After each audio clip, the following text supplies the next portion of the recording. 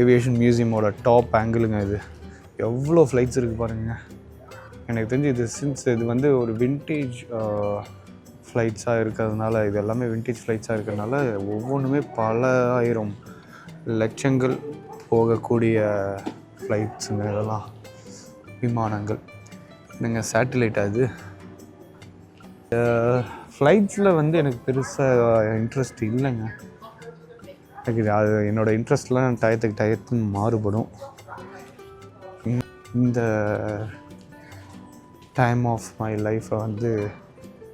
லைஃப்பில் வந்து எனக்கு ஸ்பேஸ் தான் ரொம்ப, ஸ்பேஸ் இண்டஸ்ட்ரி ரொம்ப இன்ட்ரெஸ்டாக இருக்குது. ஸோ அதை பற்றி நிறைய விஷயம் படிச்சுட்ருக்கேன். ரீசெண்ட் டேஸில் இந்த ஸ்டார்கேசிங்லாம் பண்ணிகிட்ருக்கேன். கீழே இருக்கிற ஃப்ளைட்ஸு, விதவிதமான ஃப்ளைட்ஸ், அது ஃப்ளைட்ஸோட இன்ஜினு, ஹெலிகாப்டர்ஸு, இவ்வளோ விஷயம் இருக்க அளவுக்கு மேலே ஸ்பேஸுக்கு வந்து இடம் ஒதுக்கவில்லை. ரொம்ப சின்னது தாங்க பாருங்க. இங்கேருந்து இந்த செவரு வரைக்கும் தாங்க, எதுவும் பெருசாக இல்லை. ஸோ மோஸ்ட் ஆஃப் த இன்ஃபர்மேஷன்லாம் இந்த மாதிரி ஸ்டிக்கரில் ஒட்டி எழுதி தான் இருக்காங்க. இது எல்லாமே உட்காந்து படிக்க முடியாது. Will take time. இங்கே பாருங்கள், நம்ம ஸ்பேஸில் வந்து தலைவர் கிட்டார்லாம் வாசிச்சிட்ருக்காங்க.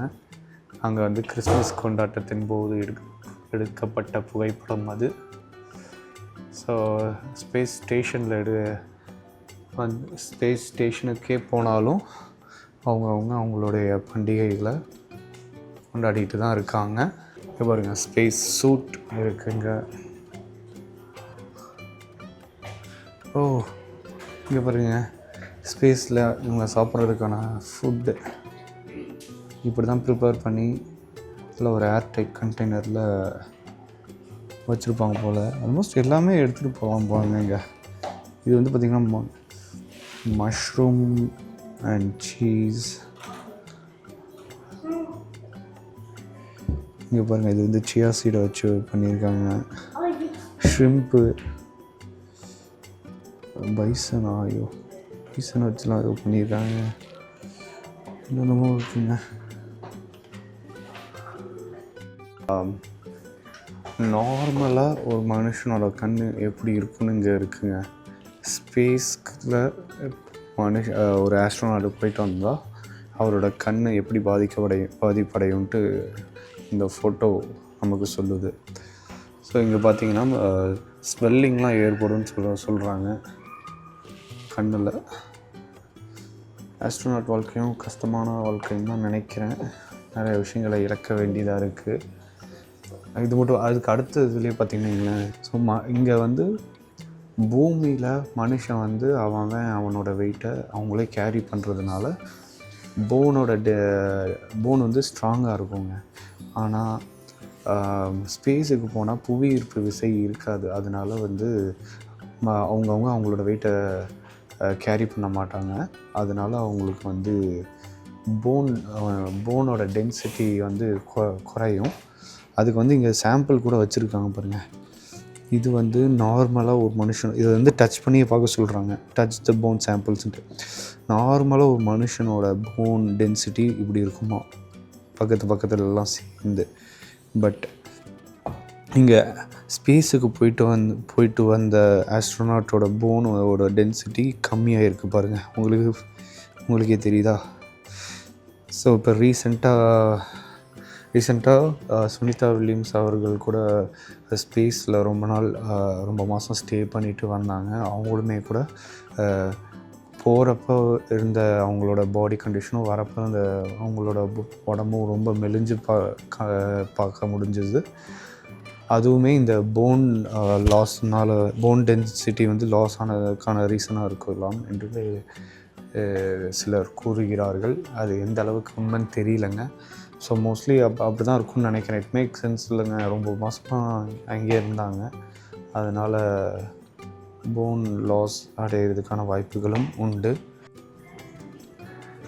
இங்கே இருக்க விஷயம் என்ன சொல்லுதுன்னாங்க, ஸ்பேஸில் வந்து கதிர்வீச்சுகள் நிறையா உடம்புல பாயும். நிறையா மிஷின்ஸ் இருக்கிறதுனால ஸோ ஒரு மனுஷனுக்கு வந்து ஒரு குறிப்பிட்ட அளவு ரேஸ், அதாவது கதிர்வீச்சுகள் தான் உடம்புல பாயணும். ஸோ அதை மானிட்டர் பண்ணிக்கிட்டே இருப்பாங்க ஸ்பேஸில் இருக்கிறவங்க.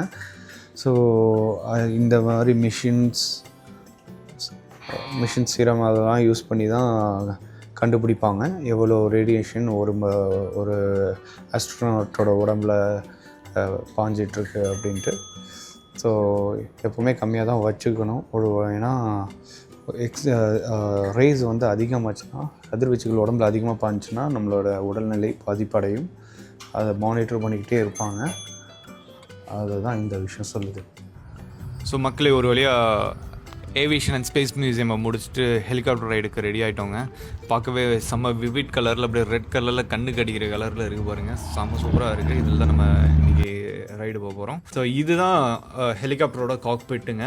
ஸோ இங்கேருந்து தான் ஹெலிகாப்டரை இயக்க போகிறாங்க. ஸோ ஹெலிகாப்டரில் போவேன்னு நான் எதிர்பார்த்துருக்கேன். பட் பைலட் பக்கத்துலேயே நான் உட்காந்துட்டு ரைட் போவேன்னு நான் எதிர்பார்க்கல. But it is definitely ஃபன்னுங்க.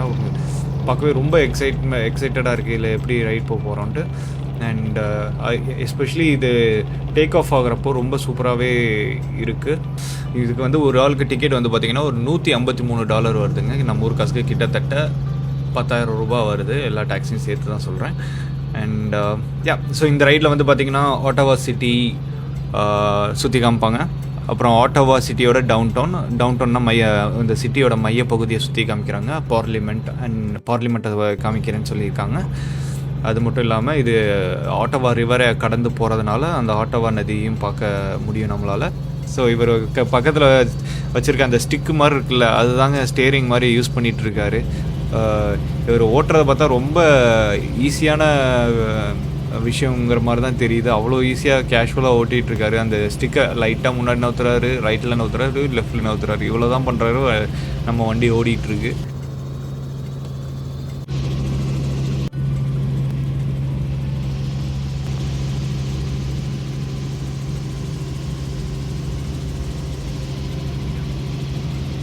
நீங்கள் பார்க்குற இது வந்து ஜிபு வாட்டர் ஃப்ரண்ட் அப்படின்னு சொல்கிறாங்க. இந்த நதி வந்து பார்த்திங்கன்னா இப்போ இதோட ஆட்டோவாவோட பக்கத்து ஊரான கேட்டினோ அப்படின்னுங்கிற ஒரு ஊருக்குமே கனெக்ட் ஆகுது. ஆட்டோவா வந்து ஒன்டாரியோங்கிற ப்ராவின்ஸோட பார்டரில் இருக்குங்க. இது பக்கத்தில் வந்து கியூபெக் ப்ராவின்ஸு. ஆட்டோவாங்கிற சிட்டிலேருந்து பக்கத்து ஊரான கேட்டினோங்கிற ஊருக்கு வந்து இந்த நதி கனெக்ட் ஆகுது.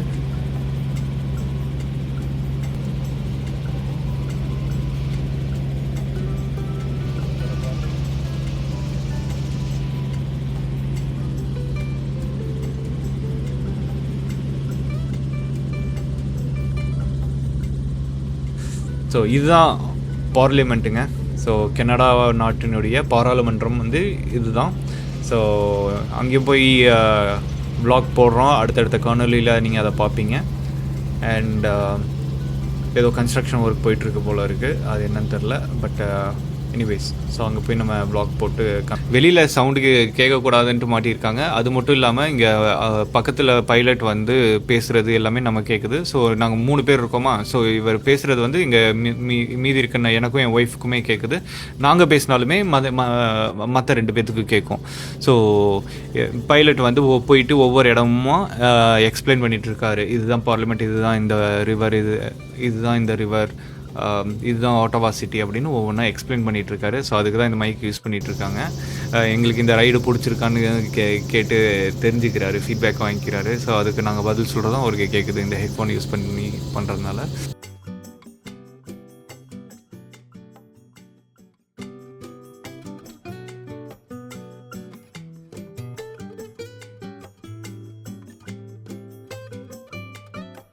இந்த நேரத்தில் எனக்கு அந்த பாட்டு தாங்க ஞாபகம் வருது. அந்த கமல்ஹாசன் அண்ட் ஸ்ரீதேவி அவங்களோட சாங் தான், பழைய பாட்டு, பறந்தாலும் விடமாட்டேன்ட்டு. அது ராகத்தோடு பாடினா நம்மளை சேனலுக்கு சூ பண்ணுறதுக்கான சான்சஸ் இருக்குது, ஸ்ட்ரைக் அடிக்கிறதுக்கு. ஸோ அதனால் அது பாடலை. பட் அந்த பாட்டு தான் ஞாபகம் வருது. நல்ல ஒரு செரிஷிங் மூமெண்ட்டாக தான் இருக்குது. So here it is. So லைஃப்பில் ஒரு தடவையாச்சும் ட்ரை பண்ணி பாருங்கள். காசு போனாலும் பரவாயில்லன்னு தான் இந்த ரைடுக்கு வந்திருக்கேன் ஒரு எக்ஸ்பீரியன்ஸ்க்காக. இப்போ இதுவுமே ஆட்டோவா ரிவர் தாங்க. ஸோ இதுதான் இது பக்கத்து ஊர் வரைக்கும் கனெக்ட் ஆகுது. இந்த வளைஞ்சு போகிறப்பெல்லாம் இந்த ரைடு ரொம்பவே சூப்பராக இருக்குது. அவ்வளோ த்ரில்லிங்காக அப்படியே விழுந்துற மாதிரிலாம் இருக்கான்னு கேட்டால் அப்படிலாம் இல்லை. பட் இது டிஃப்ரெண்ட் கைண்ட் ஆஃப் ஃபீலிங்காக தாங்க இருக்குது. நல்லா இருக்குது. இங்கே தான் வந்து இந்த ஹெலிகாப்டர் ரைடு போகணுன்னு இல்லை. முடிஞ்சால் உங்கள் ஊரில் நீங்கள் இந்தியாவில் தமிழ்நாட்டில் இருந்தீங்கன்னா அங்கே கூட ஹெலிகாப்டர் ரைட்ஸ்லாம் நிறைய பேர் பண்ணிகிட்டு இருக்காங்க. அங்கே போய் பண்ணி பாருங்கள். Just once in a life time try பண்ணி பாருங்கள். நல்லா தான் இருக்கும். You won't regret it. பார்க்கவே ரொம்ப பசுமையாக இருக்குது பாருங்கள். பார்த்துக்கிட்டே இருக்கலாம் போல் இருக்குது. ரொம்ப இது வந்து நான் எந்த ஒரு ஃபில்டருமே போடாமல் தான் இந்த வீடியோவை நான் அப்லோட் பண்ணுறேன். இந்த கலரை பாருங்களேன். இந்த பச்சை கலராக இருக்கிறத எவ்வளோ பசுமையாக வச்சுருக்காங்கன்னு பாருங்கள். பார்க்கவே ரொம்ப சூப்பராக இருக்குது. நான் கூட ஹெலிபேட்லேருந்து கிளம்புவோன்னு நினச்சேங்க. ஹெலிகாப்டர் அதுலேருந்து டேக் ஆஃப் ஆகும்ன்ட்டு. பட் இவங்க புல்லில் தான் பார்க்கே பண்ணியிருந்தாங்க. ஸோ அதுலேருந்து தான் டேக் ஆஃப் ஆச்சு. கொஞ்சம் டேக் ஆஃப் ஆகிட்டு ரன்வே வழியாக போயிட்டு அங்கேருந்து தான் மேலே பறந்தாங்க. பட் ரன்வேல வந்து போய் கீழே லேண்ட் ஆகலை. ஜஸ்ட் பறந்துக்கிட்டே அந்த ரன்வே வழியாக போயிட்டு அங்கேருந்து அப்படியே நல்லா மேலே டேக் ஆஃப் ஆகிட்டாங்க. ஸோ திரும்ப லேண்ட் ஆகிறதுமே அதே மாதிரி புல்லில் லேண்ட் ஆகிட்டோம். ஸோ ரன்வேலையும் லேண்ட் ஆகலை, அந்த ஹெலிபேட் இருக்கிற அந்த இடத்துலையும் லேண்ட் ஆகலை. ஜஸ்ட் அந்த புல்லிலே லேண்ட் ஆகிட்டோம். அவ்வளோதாங்க. இந்த ரைடு ஒரு இனிதே முடிவடைந்தது. நல்லபடியாக முடிஞ்சு இந்த ரைடு. நல்லா சேஃபாக கூட்டு போயிட்டு சேஃபாக கொண்டு வந்து சேர்த்துட்டாரு.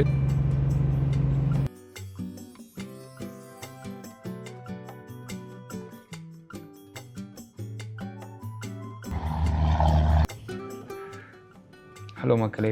So finally aviation and space மியூசியமை பார்த்துட்டு வந்தாச்சு.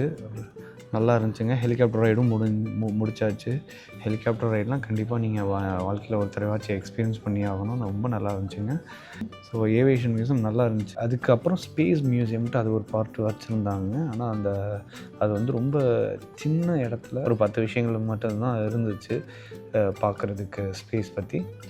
ஸோ அது வந்து அந்தளவுக்கு ஒர்த் இல்லை. பட் ஃப்ளைட்டை பற்றி நிறையா தெரிஞ்சுக்கணும், ரொம்ப இன்ட்ரெஸ்ட் இருக்குது அப்படிங்கிறவங்களுக்கு இந்த ஏவியேஷன் மியூசியம் வந்து ஒரு நல்ல ஒரு எக்ஸ்பீரியன்ஸ் கொடுக்குற ஒரு இடங்க. ஸோ இதுக்கப்புறம் வந்து பார்த்திங்கன்னா இங்கே கிளம்பிட்டு நாங்கள் அடுத்து வந்து ஒன்டாரியோ கனடாவோட பார்லிமெண்ட்டை பார்க்க போகிறோங்க. ஸோ கனடாவோட பார்லிமெண்ட் எங்கே இருக்குன்னா கனடாவோட தலைநகரமான ஆட்டோவாவில் தான் அமைந்துள்ளது. ஸோ அதை தான் நாங்கள் பார்க்க போகிறோம். Stay tuned. என்னோட பெயர் ஜெகத்குரு. See you soon.